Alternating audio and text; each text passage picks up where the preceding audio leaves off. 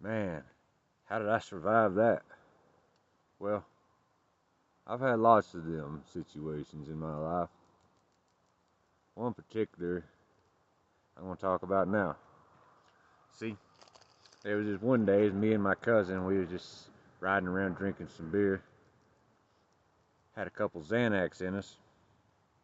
And at one point we decided we wanted some marijuana to go along with our nice cocktail. And that's what we did. We went to the town, to the place, to the guy. And the guy, we'll call him Buddy.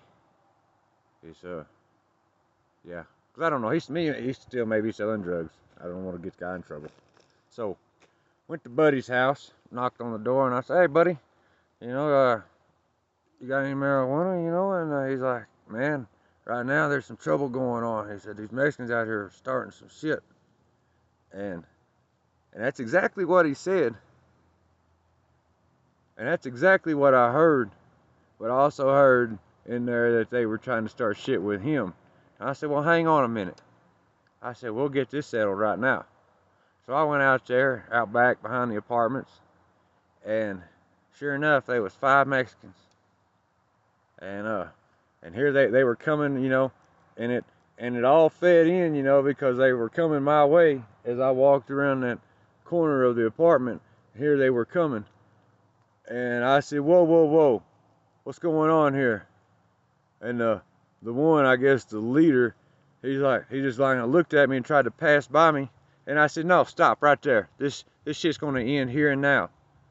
And he tries to looking at me, and he's like, "What's going on?" I said, "Which one of y'all's got the problem with Buddy?" and and I could see in my peripherals these other 4 Mexicans all gathering around me. And but I had the leader kind of on his heels, because he didn't expect this.